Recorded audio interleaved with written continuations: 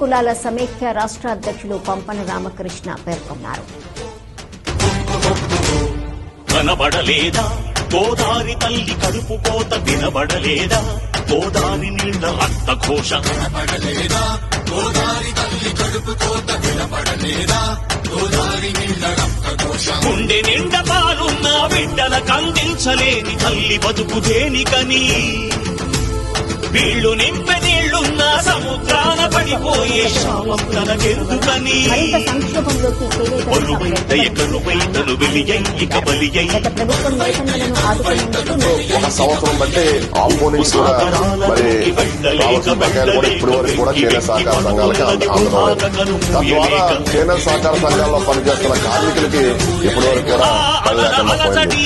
మరి మధ్యగా చూస్తే ఇది అందరూ కానీ అలాగే అసంపలు కానీ కొన్ని సొసైటీలు ఉన్నాయి. వాళ్ళకి కనీసం నేసిన మేతకి వాళ్ళకి మజూరీ కూడా ఏమనే పరిస్థితి చేనేత సహకార సంఘాల దుస్థితి ఉంది ఈవేళ. మరి కనబడలేదా గోదారి తల్లి కడుపు కోత, వినబడలేదా గోదారి నీళ్ల రక్త ఘోష.